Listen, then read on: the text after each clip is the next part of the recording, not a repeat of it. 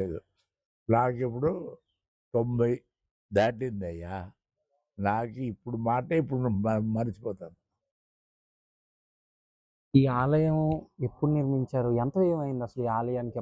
ఎప్పుడు నిర్మించారు? ఎంత వ్యయం ఖర్చు? అంటే ఈ ఆలయం 15 సంవత్సరాలు అయింది ఆరంభించి.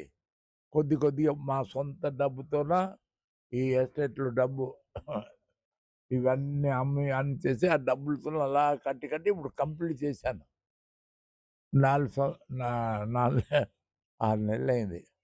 అందరూ కూడా ఇక్కడ దేవుడున్నాడు, దేవుడు అందరూ ప్రొపగండ చేశారు. ఇక్కడ యాక్చువల్‌గా నా తండ్రి శ్రీ ఉన్నాడు. ప్రజలు బాగా నమ్మారు. నేను చెప్పింది అర్థమైందా?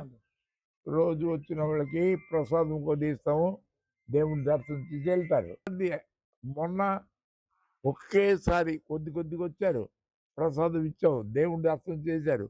అలకల్లో ఒక్కసారి ఇదైపోయారు. ఎందుకు క్యూ లైన్‌లు ఎగ్జిట్ 2 ఒక్క క్యూ లైన్‌లో పెట్టడం వల్లే సంభవించిందంటున్నారు. లేదా 2 క్యూ లైన్‌లు. 2 క్యూ లైన్‌లు.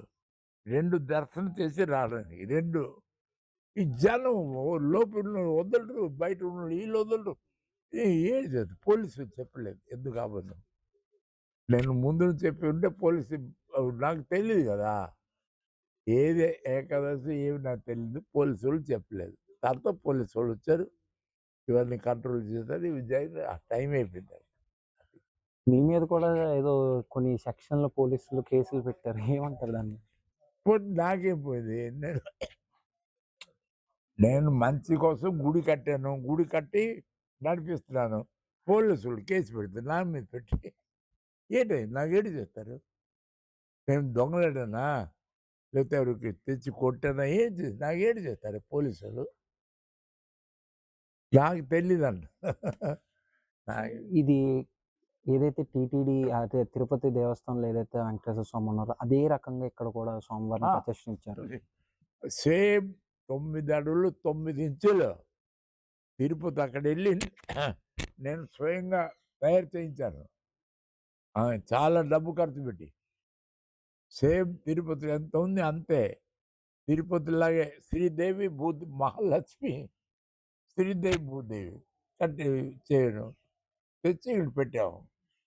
నేను చెప్పింది అదా? 10 అవతారాలు. మహాలక్ష్మి, నా తల్లి, నా తండ్రి శివుడు అందరికి పెట్టాం.